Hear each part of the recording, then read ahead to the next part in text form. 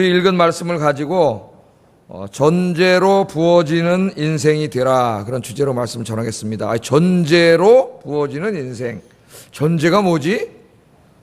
궁금증을 가지고 계세요. 좀 이따 제가 설명해 드릴 테니까.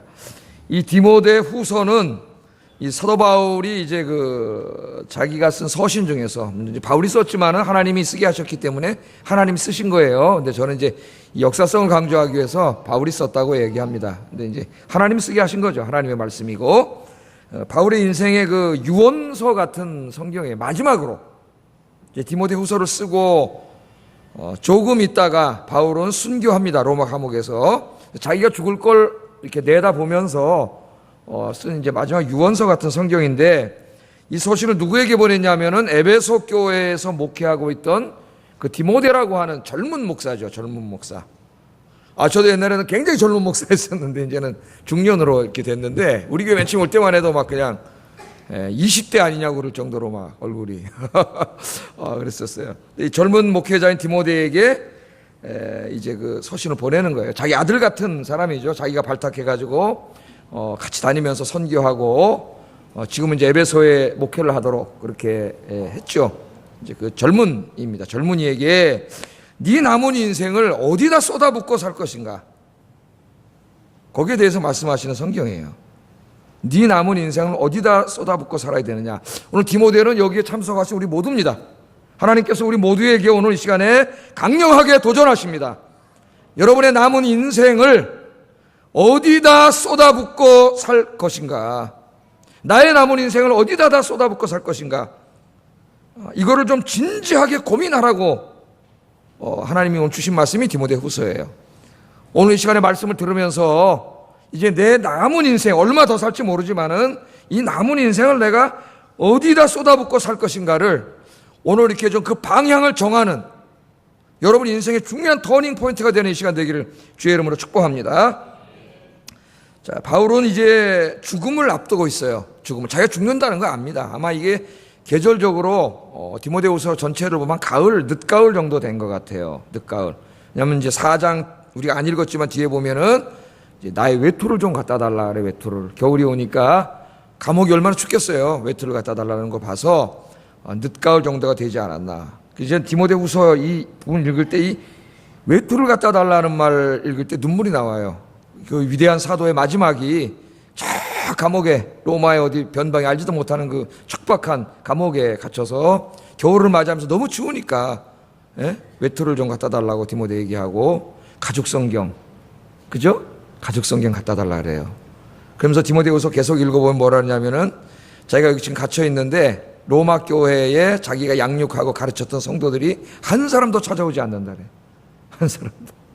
그러나 나는 그들을 책하지 않는다 그래요. 그러면서 뭐라 하냐면은 그들이 오지 않았지만 하나님의 위로가 넘쳤다릅니다. 하나님의 위로가. 할렐루야. 그 제가 읽으면서 어제 우리 교육자들하고 이제 디모데후서 전체를 가지고 좀 제자 훈련을 했는데, 읽으면서 우리가 인생을 살아가는데 어떻게 보면은 외투 한 벌, 가죽 성경 하나, 그리고 하나님의 위로, 이것만 있으면 되는 거 아닌가. 할렐루야. 여러분 너무 욕심 갖고 살지 마세요.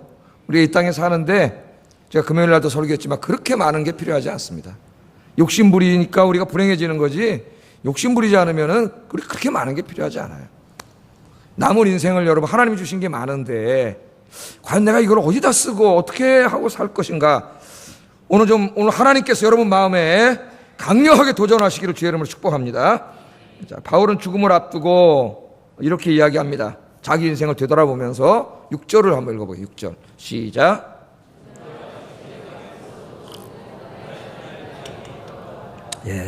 전제와 같이 내가 벌써 부어지고 나의 떠날 기약이 가까웠도다. 그렇게 말해요. 이제 죽음을 앞두고 자기 인생을 되돌아보는 것인데, 죽음을 앞두면 누구나 자기 인생을 한번 되돌아보겠죠. 그렇지 않겠습니까? 예를 들어서 지금 내가 젊지만 의사가 당신은 6개월밖에 못 살아요. 그러면 나 이제 6개월밖에 안 남았잖아요. 그럼 아마 제일 먼저 하는 일이 하나님 앞에서 내 인생을 되돌아보는 일을 할 것 같아요. 내가 어떻게 살아왔는지, 하나님 앞에 부끄럽게 살아오지는 않았는지, 자기 인생을 이렇게 되돌아보면서 자기가 어떻게 살아왔는가 그걸 얘기하는데요. 이 자서전적으로 얘기합니다. 간증하는 식으로. 어떻게 됐다 그래요? 전제와 같이 내가 벌써 부어졌습니다. 그렇게 얘기해요. 그러니까 전제로 쏟아 부어진 인생이다. 이렇게 말하면 전제. 전제가 뭐냐? 전제는 이제 구약에서 제사를 지내잖아요. 동물 제사. 죄사함의 상징으로 이제 동물 제사를 지낸 다음에 제일 마지막에 이제 포도주를 이렇게 가져와 가지고 포도주를 이렇게 쏟아 붓는 거예요. 그게 전제예요, 전제. 여기 부어졌다는 말이 이렇게 쏟아 부었다는 말이에요. 쏟아 부었다. 그러니까 내가 전제가 쏟아 부어지는 것처럼 내가 그렇게 살았다는 거예요. 전제로. 그러니까 마지막 제사 때 전제를 쏟아 붓는데 그건 뭘 상징하냐면은 온전한 헌신을 의미합니다. 온전한 헌신. 그러니까 전제가 이렇게 포도주가 다 제단 위에 쏟아 부어지는 것처럼 자신의 땀방울과 핏방울을 어떻게 하나님 앞에 다 쏟아 부었다는 거예요. 쏟아 부었다는 거예요. 그렇게 살았다는 거예요. 여러분들은 지금 여러분의 인생을 어디다 쏟아 붓고 살고 있습니까? 무엇을 위해서 어디다 쏟아 붓고 살고 있으세요? 우리 살면서 누구나 다 자기의 인생을 몰입하고 쏟아 붓고 삽니다. 어디에 자기가 중요하다고 가치 있다고 생각하는데 쏟아 붓죠. 그 사람이 그 쏟아 붓는 걸 보면 가치관을 알 수가 있어요. 예? 돈 버는 데다 쏟아 붓는다면은 그 사람은 돈을 최고의 가치로 여기는 사람이에요. 하나님을 섬기는 사람은 돈을 섬기는 사람이에요. 이 사도 바울 하나님 앞에 내가 다 쏟아 부었다 그렇게 이야기합니다. 바울은 지금 이 서신을 쓰고 있는 이 시간에 로마의 감옥에 있습니다. 감옥에 2번 갇히게 되는데 사도행전에 나올 때는 1차 투옥 2년 동안 있었는데 그때는 가택 연금 상태였기 때문에 상당한 자유가 있었어요. 사도행전 읽어보면 나오죠. 사람들도 만날 수가 있었고 전도할 수가 있었습니다. 그런데 2년 후에 이제 그 스페인까지 갔다가 선교를 다시 갔다 와가지고 이번에 갇혔을 때는 지금 이때 로마의 황제가 네로예요. 네로 그럼 여러분 다 아시죠? 기독교를 엄청나게 받게 했던 그 폭군 네로가 통치하고 있을 때인데 이때 2차로 톡돼가지고 이제 이름도 없는 저 시골 변방 어느 감옥에 갇혀 있는 거예요. 여기 나올 가능성도 없고 너무 환경도 열악하고 그런 곳에 지금 갇혀 있습니다. 바울은 자기가 죽는다는 것도 알고 있고 그날이 매우 가까웠음을 알고 있습니다. 여러분 이제 한 6개월 살고 죽는다. 그런 거 여러분이 알고 있다 그러면 어떻게 하시겠어요? 예? 어떻게 하시겠어요? 그냥 혼이 다 빠져가지고 그냥 그렇게 하실랍니까? 안 믿는 사람들처럼? 기도로 준비하세요, 여러분. 하나님 앞에 갈 날을. 자, 자기가 가까울 날이 알고 있어요. 자기가 이제 죽는 걸 알고 있는데 이제까지 자기 인생을 되돌아보면 나는 내가 주님 만난 이후로는 내 인생을 주님을 위해서 다 쏟아 부었습니다. 지금 그렇게 말하는 거예요. 그럼 여러분 예수님 만난 이후에 여러분 그렇게 말할 수 있습니까?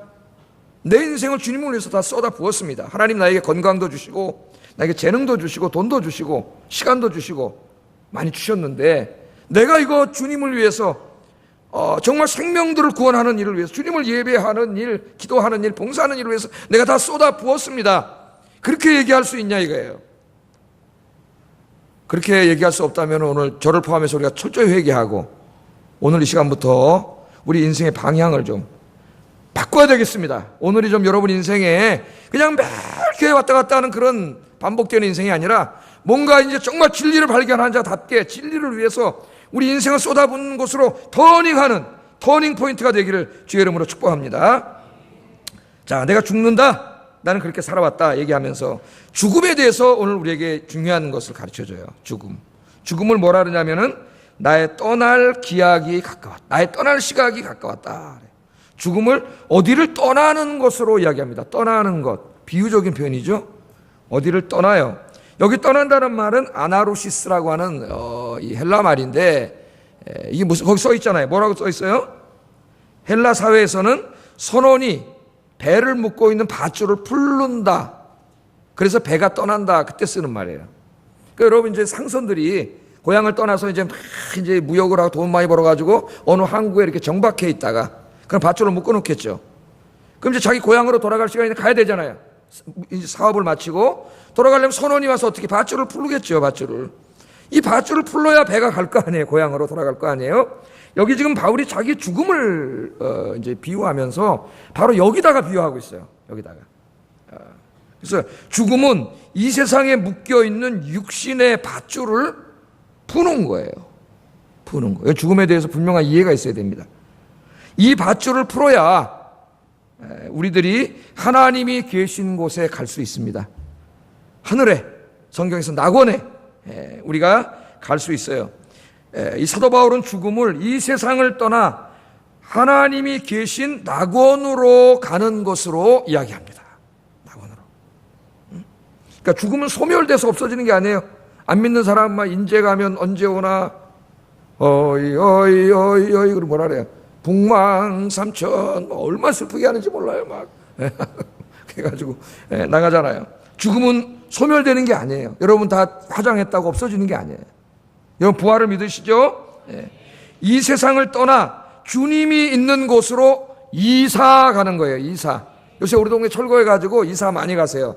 저 다음 주에도 이사 신방 해달라고 스케줄이 꽉 잡혀 있어요. 제가 이사 신방 계속 가야 돼요. 이사 가는 거예요.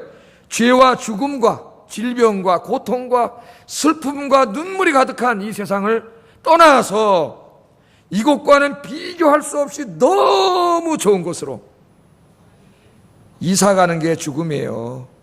할렐루야. 이런 믿음을 가지고 살아야 돼, 여러분. 이사 가는 거예요, 이사.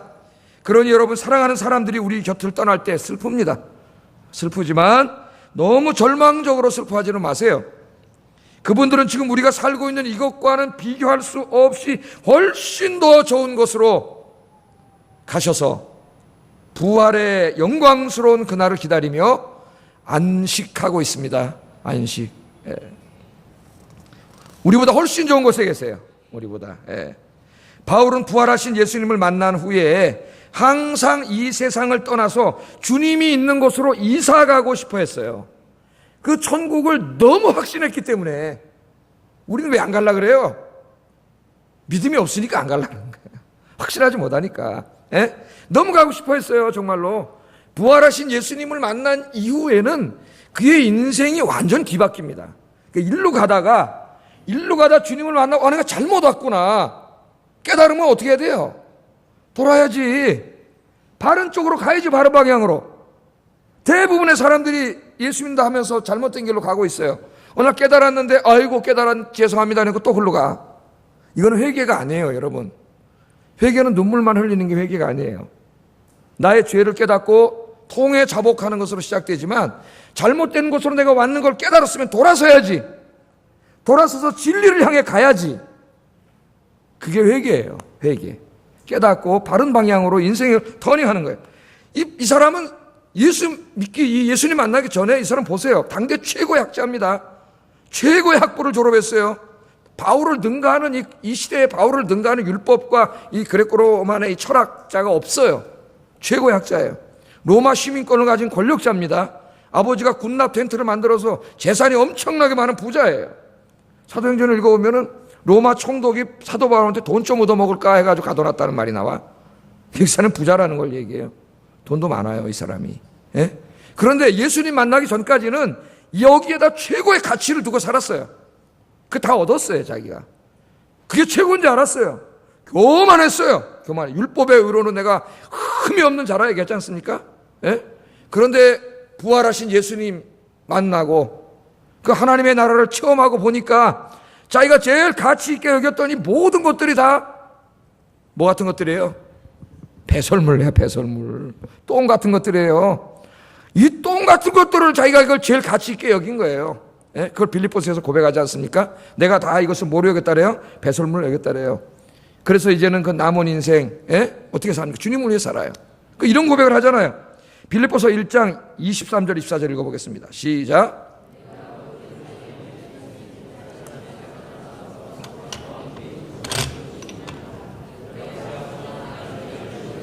너희를 위하여 더 유익하리라. 아멘.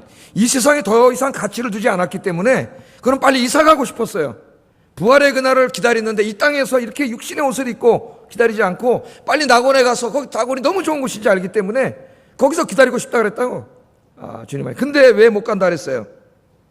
너희를 위하여 더 유익하기 때문에 안 가는 거예요. 그게 뭐예요? 하나님이 교회와 성도들을 위하여 해야 될 사명을 주셨기 때문에 이 땅에서 내가 뭐 여기서 호의호식하고 잘 먹으려고 더 사는 게 아니고 뭐 몇 년이라도 더 생명을 연장시키려고 사는 게 아니고 하나님이 주신 그 사명을 감당하려고 사는 거다. 여러분도 그렇게 되기를 바랍니다. 저 낙원에 가기를 바라고 살아야 되니까 빨리 자살해야 되나? 그런 게 아니에요. 생명은 하나님께 달린 거예요.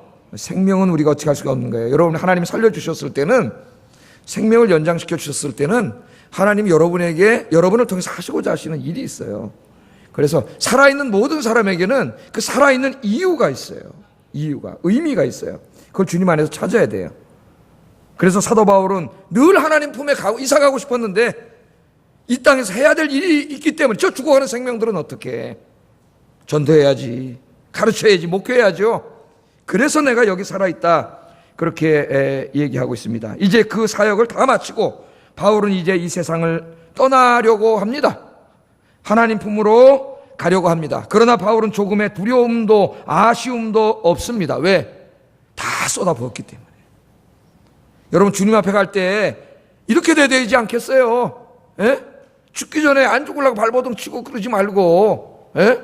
몇 년 더 살아야 되는데 이러지 말고, 정말 죽는 그날 내가 정말 주님을 위해서 부족했지만 다 쏟아부었습니다. 주님, 내 이제 주님 나라 갑니다. 나 받아주세요. 그렇게 될 수 있기를 주의 이름으로 축복합니다. 예? 바울은 그동안 자신을 얼검해 놓았던 밧줄을 풀고 주님이 있는 하늘로 여행 떠날 준비를 하고 있습니다. 죽음은 두려운 것이 아닙니다. 주님이 계신 곳으로 가는 거예요. 죽은 자나 산 자나 우리는 다 주 안에 있지만 더 방해받지 않고 주님을 가까이 섬길 수 있는 곳이 낙원이에요. 그곳으로 갑니다. 지금 특별히 오늘 떠날 날이 가까웠다 그래요. 떠날 날이 가까웠다. 임박했다는 거죠. 임박해요. 예. 긴급성을 말하는 거예요. 물론 우리는 언제 떠날지 모릅니다. 그러나 실존적으로 우리가 이런 마음을 가지고 살아야 돼요. 언제 떠날지 몰라요. 긴급해. 그렇게 인생에 시간이 많지 않아요. 그렇게 막 낭비하고 살다가 그럴 시간 없어요. 이제 결정해야 돼요. 정말 내 인생에 제일 중요한 게 뭔가, 내 시간과 에너지를 다 투자할 만한, 내 생명을 바칠 만한 가장 가치 있는 진리가 무엇인가? 여러분, 그 진리를 발견했습니까? 행복한 사람이에요. 아직도 내가 뭘 왜 살다 죽어야 될지를 모르는 사람, 돈 몇 푼 더 벌려고 그것 뛰어다니는 사람, 불쌍한 사람이에요. 불쌍한 사람. 우리의 떠날 시각이 가까웠습니다. 주님 앞에 서는 날 부끄럽지 않아야 되겠어요? 죽는 게 두려운 게 아니고 주님 앞에 섰을 때 나의 모습이 어떤 모습일까가 두려운 거예요. 우리가, 여러분이 남은 인생을 주님께 쏟아붓고 떠나실 때에 이렇게 주님 앞에 고백할 수 있는 인생 되기를 주의 이름으로 축복합니다. 무의미하고 무가치하고 그런 것에 여러분 다 쏟아붓지 마세요. 주님과 교회와 복음을 위해서 여러분이 할 수 있는 것들을 최선을 다하는 여러분 되기를 주의 이름으로 축복합니다. 자, 바울은 이처럼 자신의 인생을 한 줄로 전제와 같이 부어줬습니다. 이 한 문장에 자기 인생이 다 들어가잖아요. 대단한 거예요. 한 문장으로 자기 인생을 다 썼어요. 한 문장. 전제처럼 부어졌습니다. 그러면서 자기가 뭘 하는 데다 내 인생을 쏟아 부었는지를 이야기합니다. 7절 읽어보겠습니다. 시작. 나의 달려갈 길을 마치고 믿음을 지켰으니. 세 가지. 자기가 인생을 쏟아 부은 것, 여러분들도 인생을 쏟아 부어야 할 것, 세 가지를 해요. 세 가지. 첫째는 선한 싸움을 싸웠다. 이거 운동 용어, 스포츠 용어입니다. 스포츠 용어. 그러니까 고대 올림픽에 레슬링 있죠. 레슬링도 있고 복싱도 있어요. 그래서 사도 바울이 이 용어를 많이 사용해요. 설명할 때. 내가 허공을 치는 것처럼 하지 않았습니다. 그랬더니 그 복싱 용어예요. 허공을 친다니 헛방 치는 거예요. 헛방. 복싱하는 이렇게 딱 맞춰야 되는데 눈을 딱 뜨고 어떻게 해? 딱 쳐야 되는데 못하는 선수는 눈을 감아. 헛방을 치잖아요. 잘하는 선수는 맞아도 눈을 안 감아요. 딱 눈 뜨고 맞아야 돼. 복싱은 딱 맞으면서 팍 이렇게 이기는 거예요. 잘하게 생겼어요 제가 복싱? 잘하게 생겼잖아요. 작아도. 자, 여러분, 운동 용어예요. 싸웠다는 거예요. 싸웠다. 열심히 싸웠다 이렇게 말합니다. 자, 여러분, 사람들이 우리 인생을 전쟁이라 그래요. 전쟁. 싸움이라 그래요. 그죠? 먹고 살려면 싸워야 돼요. 전쟁해야 돼요. 경제가 얼마나 어려운지 몰라요. 지금 저 어떤 남쪽에 있는 조선소 해안상 3개가 그냥 우르르 다 무너져 버렸어. 엄청나게 많은 실업자가 지금 생기고 영국이 갑자기 유럽을 탈퇴해가지고 지금 전 세계 경제가 어디로 갈지 지금 모든 세계가 지금 긴장 가운데 있습니다. 이 결과가 어떻게 나타날지 몰라요. 이게 너무 두려우니까 영국 사람들이 다시 투표하자고 120만 명이 또 서명했어요. 왜? 이러다 영국 망하겠다. 대부분이 영국 아마 쪽박 찰 거라 그러더니 쪽박 찰 거라고. 예? 거기 떨쳐나와가지고 독립? 지금 우리나라도 지금 어떻게 될지 모르고 하여튼 투자된 자본에 어제 보니까 24조 하여튼 2004조 모르겠어요. 대한민국이 너무 커가지고 다 빠져나갔대요. 지금 어떻게 될지 몰라요. 지금 우리나라도 자본이 다 투자한 거에 빠져나갈지 지금 어떻게 될지 몰라요. 우리가 사는 게 전쟁이야. 전쟁. 예? 먹고 살고 남보다 좀 앞서가기 위해서는 막 치열하게 싸워야 되고 그 사람을 이겨야 되고 그게 싸움이잖아요. 근데 사도 바울도 싸웠다 그래요. 누구보다도 치열하게 싸웠어요. 그런데 그런 것을 위해서 싸우지 않았어요. 바울은. 그 앞에 뭐 붙여놨어요? 선한 싸움을 싸웠다래. 선한 싸움. 선한 일을 위해서 싸웠다래요. 선한 일이 뭘까? 엄청나게 스펙트럼이 넓어요. 근데 오늘 제가 크게 세 가지로 얘기하고 싶습니다. 하나는 믿음의 가치를 지키는 싸움이에요. 믿음의 가치. 다른 말로 하면 하나님 말씀대로 산다 이거예요. 여러분들이 세상에 나가서 믿음의 가치를 지키는 싸움. 두 번째는 복음을 전하는 싸움. 세 번째는 예수님의 성품을 닮은 훌륭한 인간이 되는 싸움. 우리 한국에서 제일 지금 관심 안 가는 게 세 번째. 예수님의 성품을 닮은 훌륭한 인간이 되는 싸움. 이 세 가지를 싸워왔다는 거예요. 왜? 이걸 방해하는 자가 있기 때문에 싸운 거예요. 그 방해하는 자가 누구예요? 우리 이제까지 공부했잖아요. 에베소서에서. 사탄이에요. 사탄. 예? 바울은 인간의 탐욕과 욕심을 자극하여 죄짓게 하려는 사탄과 싸워서 끝까지 의와 거룩함의 믿음의 가치를 지켰습니다. 환난과 핍박과 죽음으로 공격하며 복음을 전하지 못하게 방해하는 사탄과 싸워서 끝까지 복음의 사명을 감당했습니다. 시기심과 질투심을 자극하여 우리를 짐승처럼 만들려고 하는 사탄과 싸워서 예수님의 성품을 가진 훌륭한 인간이 되었습니다.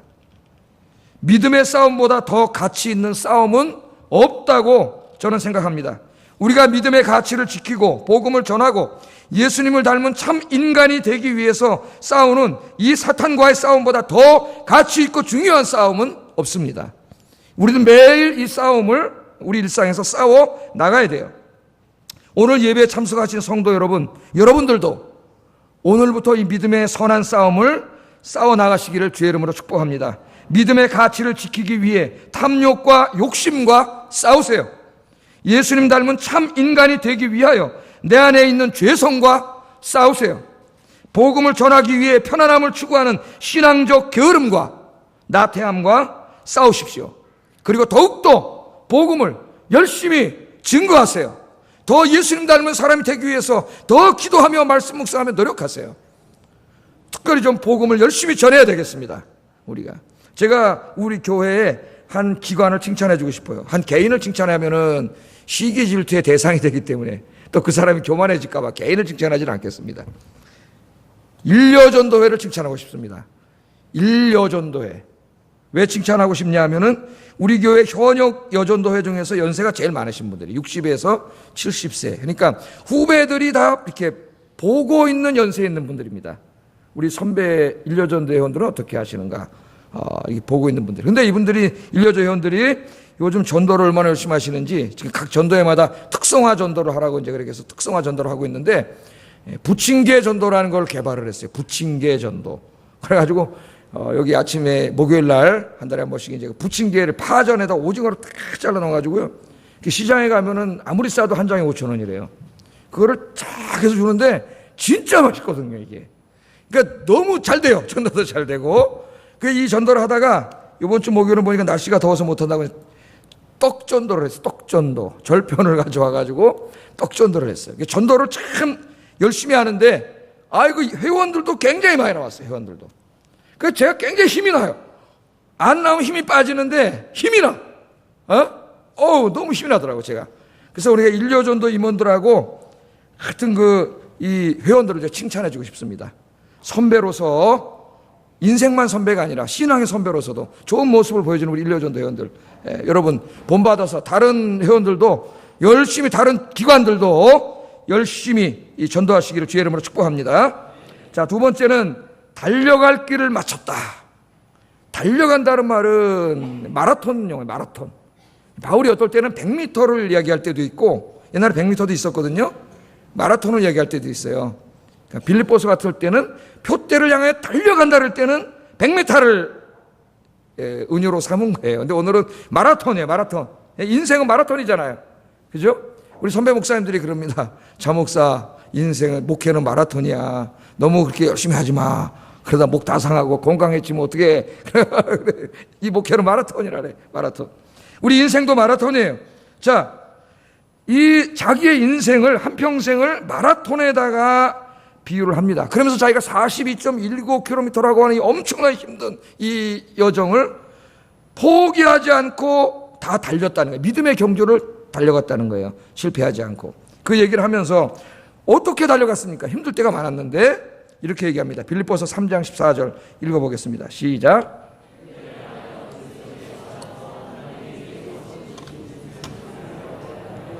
아멘. 이 사도 바울이 자기의 인생의 마라톤, 또 사명의 마라톤, 하나님이 주신 사명이죠. 이걸 감당할 때 쉬웠나요? 사도행전 읽어보세요. 어떻게 됐어요? 죽을 고비를 한두 번 넘기기 아니고요. 고린도전서 12장 읽어보세요. 40에 하나가만 매를 3번 맞고 5번 태장으로 맞고 강의 위험과 바다의 위험과 강도의 위험과 신의 위험과 굶주리고 헐벗고 나오잖아요, 여러분. 예? 어떨 때는 살 소망이 끊어지고 수없이 많은 고난이 있었습니다. 어떤 사람 바울 죽이려고 칼을 차고 다녔어요. 깡패 새끼들이. 내가 저 바울을 찔러 죽이기 전에는 밥도 안 먹겠습니다. 그리고 40명의 자기에게 칼을 차고 다녔다고. 여러분 그런데 살 수 있겠어요? 40명의 깡패가, 조직폭력배가 여러분 죽이겠다고 지금 칼 차고 다니는데 어떻게 살겠어요? 그런 가운데서 복음을 전했다고. 이 사람이 무슨 신이 아니에요. 저와 여러분랑 똑같은 사람이에요. 사람. 힘들어했고 어떨 땐 두려워했고 그도 간두고 싶을 때도 있었어요. 그런데 그때마다 이 사람이 포기하지 않을 수 있었던 게 뭐냐면은 바로 뭐예요? 하나님의 상주심을 바라봄이라. 아멘. 하나님이 상주심을 바라봤기 때문에 이겨나올 수가 있었던 거예요. 마라톤 선수들이 막 달리는데 몇 번 포기하고 싶은 때가 온답니다. 몇 번. 너무 힘들어가지고. 예? 뭘 바라보고 달리는 거예요? 금메달을 바라보고 끝까지 달리는 거예요. 우리가 이 신앙의 경주를, 마라톤을 달려가는데 예? 포기하고 싶을 때가 많고 그만두고 싶을 때도 많고 세상의 유혹도 많고 그래요. 그때마다 여러분 힘들 때마다 약해질 때마다 하나님을 바라보시기를 주의 이름으로 축복합니다. 하나님과 하나님이 주실 면류관을 바라볼 때에 우리는 포기하지 않고 달려갈 수 있습니다. 하나님이 주실 상이 있어요. 그걸 보고 우리는 달려가야 돼요. 여러분이 이 세상 떠나는 날 바울처럼 주님, 나의 달려갈 길을 다 마쳤습니다. 부족했지만 최선을 다해서 주님께서 하라고 하신 일들 다 했습니다. 그때 우리 주님께서 잘하였도다 이 착하고 충성된 종아. 그리고 영광의 면류관을 씌워주는 그 주인공이 바울만이 아니라 여러분들이 되시기를 주의 이름으로 축복합니다. 세 번째는 믿음을 지켰다 그래요. 믿음을 지켰다. 우리말에는 믿음을 지켰다 하니까 의미가 이렇게 좀 여러 가지로 오는데 이 원어에는 정관사가 붙어 있어요. 그 믿음을 지켰다야. 그 믿음을 지켰다. 여러분 이렇게 일반 명사가 있고 정관사가 붙으면 뭐가 돼요? 특정한 그것이 되는 거죠. 특정한 그것. 더 피해놓는 특정한 그것이 돼요. 예? 그냥 정관사가 붙어요. 그러니까 믿음 아니라 더 믿음, 더 페이스. 그 믿음을 지켰다 할 때는 그 믿음은 믿음의 내용이에요. 믿음의 내용. 믿음에는 내용이 있잖아요. 우리가 뭘 믿느냐 말이에요. 그냥 뭘 무식하게 그냥 믿습니다. 무지몽망이 그런 게 아니잖아요. 여러분 뭘 믿는지 아세요? 믿음의 내용이 요약되어 있는 게 사도신경이 아까 우리가 전능하사 천지를 만드신 하나님 아버지를 내가 믿사오며 이거 그냥 암송이 있죠. 주문해 오듯이 외우면 안 돼. 거기 우리 그 믿음의 내용이 있어요. 이 내용이 그러니까 복음의 진리요. 성경의 진리예요. 그 성경의 진리를 내가 지켰다는 거예요. 지켰다는 거예요. 바울 당시에 이단도 많고 엉터리 복음을 전하는 사람도 많고 그런데 사도 바울은 그들에게 현혹되지 않았어요. 사람들이 그 사람들도 그런 설교를 더 좋아해가지고 돈 벌고 건강하고 출세하고 잘되고 이런 설교 좋아해가지고 막 쫓아가는데 사도 바울은 그런 데 하지 않고 나는 그 믿음을 지켰다. 십자가와 부활의 복음을 전했다 그 말이에요. 사도 바울이 이 바로 앞에 보면은요 디모데후서 읽었죠. 3절 4절에 그런 현상이 나와요. 같이 한번 읽어보겠습니다. 시작.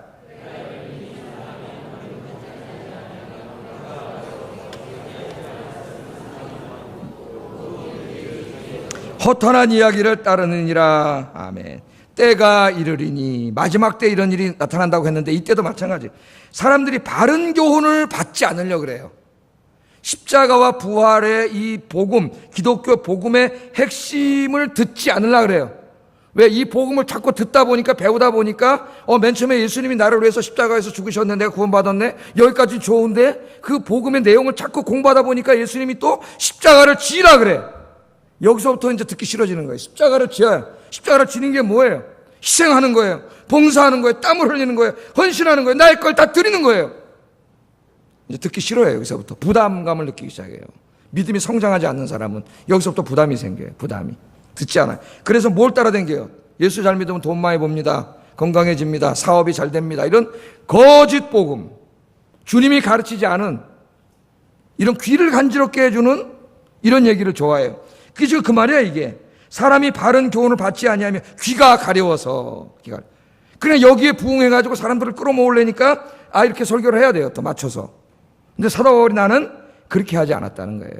오늘날 여러분 텔레비전만 틀면 기독교 방송에 설교가 막 무진장 나오고, 인터넷에 들어가면 여러분이 듣고 싶은 교회 목사님들 설교를 다 들을 수 있습니다. 복음을 다양하게 들을 수 있는 장점이 있지만 상당한 위험성이 있어요. 여기에 모든 설교가 다 복음적이라고 할 수 없어요. 사도 바울은 그런 거 하지 않았다는 거예요. 요새 사람들이요, 여러분 점쟁이 왜 찾아다니는지 아세요? 점쟁이? 위로받으려고 다니는 거예요. 위로. 막 불안하고 그러잖아요, 사람이. 그 점쟁이 찾아가서요, 점쟁이가 염려하지 마, 잘 될 거야 그러면 너무나 위로를 받고 온대요. 근데 어떤 아줌마는 갔는데 10군데 갔는데 다 안 된다 그래가지고 11군데 또 갔대잖아요. 비싼데. 그랬더니 그 아줌마가, 점쟁이가 하는 말이 당신 잘 될 거야 그래서 너무 위로가 돼가지고 돈 몇백만 원 주고 왔다는 거예요. 네?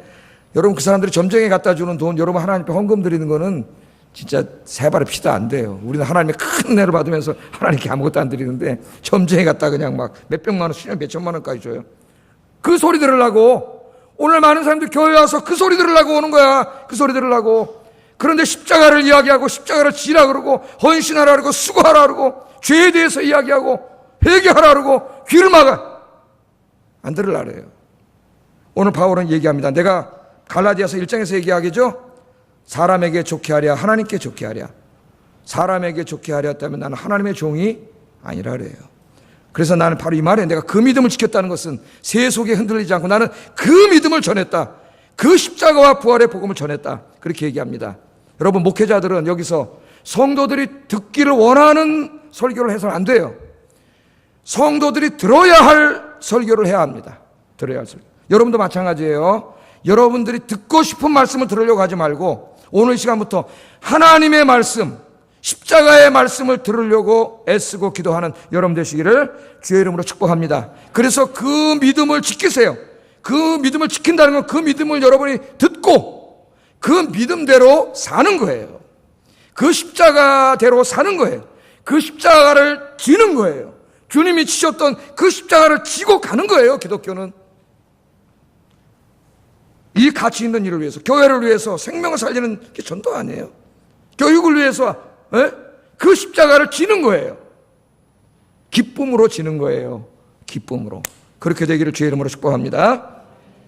자, 바울은 이제 정리합니다. 8절의 마지막으로 다시 한번 면류관 이야기를 해요.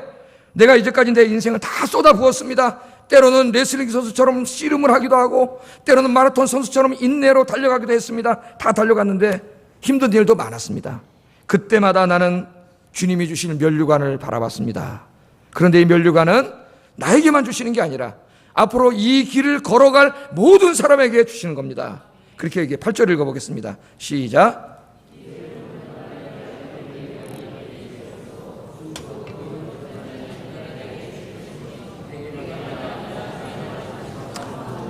아멘. 면류관이 뭘까요? 고대 올림픽에서 여러분 무슨 복싱을 했거나 마라톤을 했거나 우승하면은 왕이 나와서 그 많은 사람들 앞에서 못 씌워줘요. 면류관을 탁 씌워줘요. 그런 그 많은 사람들이 막 씌워주잖아요. 영광과 명예예요. 영광과 명예입니다. 근데 여기는 뭐예요? 하나님이 주시는 면류관이, 이 땅이 주는, 왕이 주는 면류관이 아니라 하나님 주시는 면류관이에요. 하나님의 면류관도 우리의 인생을 하나님께 다 쏟아 부은 사람들, 그리고 그 믿음의 경주를 끝까지 완주한 사람들에게 하나님께서 주시는 보상입니다. 보상. 하나님은 바울처럼 디모데처럼 자신의 인생을 주님을 위하여 다 쏟아 부은 사람들, 그 길을 끝까지 인내로 완주한 사람들에게 나중에 의의 면류관을 씌워주세요. 씌워주세요. 오늘 바울이 그러잖아요. 이건 나에게만 주는 게 아니고 앞으로 나와 함께 이 길을 걸어갈, 주님 오실 때까지 이 땅에 살아갈 모든 그리스도인들에게 하나님이 주실 것이다, 그렇게 이야기합니다. 여러분, 성경은요, 구원에 대해서 이야기할 때는 믿음을 이야기해요. 구원은 믿음으로 받는 거예요. 그러나 우리의 종말론적인 미래를 이야기하고 하나님의 심판을 이야기할 때는, 그때는 우리의 전체 인생에 대해서 이야기합니다. 그러니까 하나님 앞에 섰을 때 우리의 전체 인생이 평가를 받는 거예요. 여러분의 전체 인생이. 성경 그렇게 얘기해요. 그래서 주님을 열심히 섬기고 주님의 교회를 위해 헌신하고 수고한 사람, 열심히 복음을 전파한 사람들에게는 수고에 합당한 하나님의 상이 있어요. 그걸 오늘 바울은 면류관이라고 하는 이 메타포를 사용해서 이야기하고 있습니다. 너무나 이해가 쏙 되잖아요, 메타포가. 자, 하나님께서는 바울처럼 디모데처럼 그리고 주님을 기다리면서 믿음의 선한 싸움을 싸우고 교회와 복음의 사명을 눈물과 땀과 헌신으로 감당한 사람에게 이 면류관을 주는데, 이 면류관이 뭐냐 이거예요. 면류관이 뭐 같아요, 여러분? 진짜 면류관 씌워주는 건 아닐 거 아니에요. 하나님께서 이 하나님의 상급인데, 이 상급 이론을 부인하는 사람들은 이 면류관을 구원이나 영생이라고 해석합니다.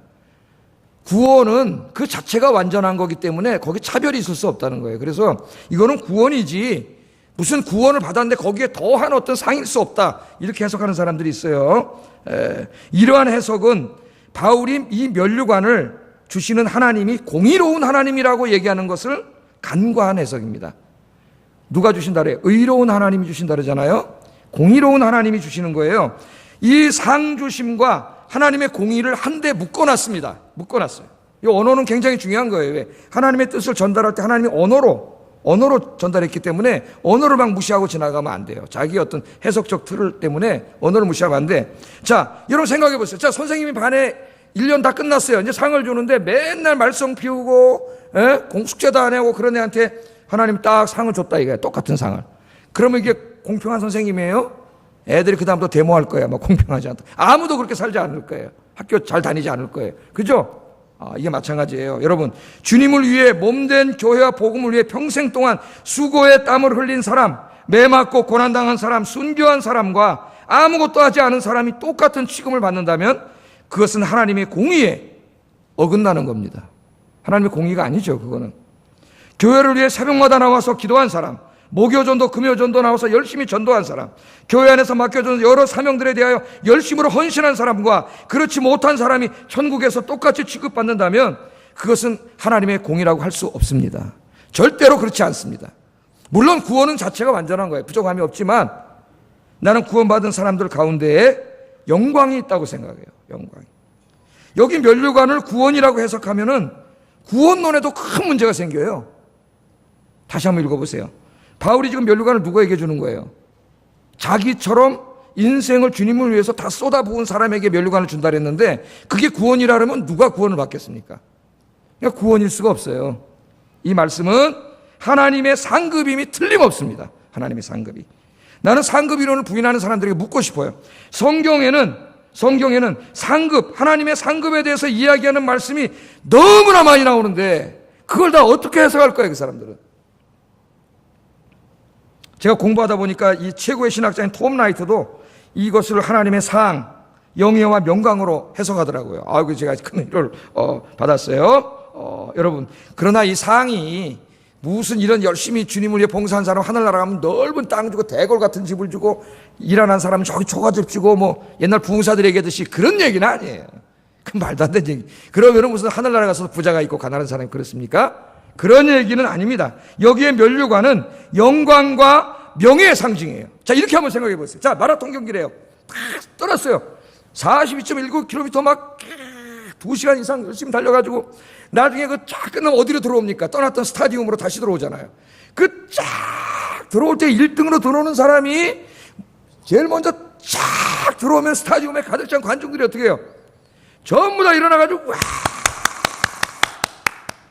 여러분 이게 여러분은 모르실 거예요 아마. 우리는 축구하는 사람 좀 알아요. 한 골 넣으면 동네 축구에도 한 골 넣으면 애들이 야 그러면 기분이 좋아. 근데 한번 생각해 보세요. 쫙 오잖아요. 에? 바로 그런 걸 한번 생각해. 그때 그 왕이 거기 와 있다가 그 많은 관중 앞에서 면류관을 준다고 생각해 보세요. 여러분 이제 올림픽이 얼마 안 남았는데 딱 해서 금메달을 따가지고 금메달 딴 사람들이 그 시상대에 올라가가지고 말이죠. 애국가가 쫙 울려 펴지고 금메달에 목에 딱 걸려지고 사람들이 그냥 전 세계 사람들이 그걸 한번 생각해 보세요. 나는 그런 일이 벌어질 것이라고 생각합니다. 그런 일이. 우리는 다 모르지만 주님 앞에 섰을 때 아마 구원받은 사람들이 쫙 다 모였을 거예요. 그때 하나님께서 이름 부르실 겁니다. 여러분의 이름이 불려지길 바랍니다. 예? 제 이름 한번 불러볼까요? 교만해 지금 차창모 그러면 어떻게 되겠어요? 예? 그때 그 한평생 그 사람이 살아왔던 게 아마 그 대형 화면에 스크린에 쫙 주님의 상이 나타나지 않을까요? 예? 주님의 수고한 모든 것들이. 그러면 거기는 모든 사람들이 다 영광의 박수를 치지 않을까요? 거기는 천국이기 때문에 죄가 없어요. 시기와 질투 그런 게 없어요. 그러니까 천국에 가능한 거예요. 영광되게. 예? 여러분 어떤 사람이 한 평생 동안 정말 기도 열심히 하고 말씀대로 살아서 그 인격이, 인품이, 성품이 예수님처럼 훌륭한 인품을 갖춘 모습이 쫙 그 모습으로 거기 들어갈 때 모든 사람들이 바로 그거라고 생각해요. 그래서 다니엘서 12장 3절에 그런 사람들은 하늘의 별과 같이 빛날 것이다. 여러분 주님이 주시는 상이 분명히 있습니다. 평생 동안 주님을 위해 헌신한 사람과 그렇지 않은 사람이 절대로 똑같을 수 없어요. 그건 하나님의 공의에 어긋나요. 주님이 주실 상 주심을 바라보면서 오늘 우리에게 주신 이 신앙의 여정과 우리의 삶의 여정과 사명의 여정을 힘차게 달려가는 저와 여러분 되시기를 주의 이름으로 축복합니다. 이 일에 그냥 여러분 남은 모든 것들을 전제로 다 쏟아 붓기를 주의 이름으로 축복합니다. 기도하겠습니다. 말씀을 생각하면서 우리 기도하겠습니다. 나의 남은 인생을 헛된 것들에 낭비하지 않고 주님을 위해 쏟아붓는 전제로 드리게 하소서. 힘들고 어려울 때 주님의 상 주심을 바라보면서 끝까지 믿음의 경주를 완주하게 하소서. 기도하겠습니다. 사랑하시는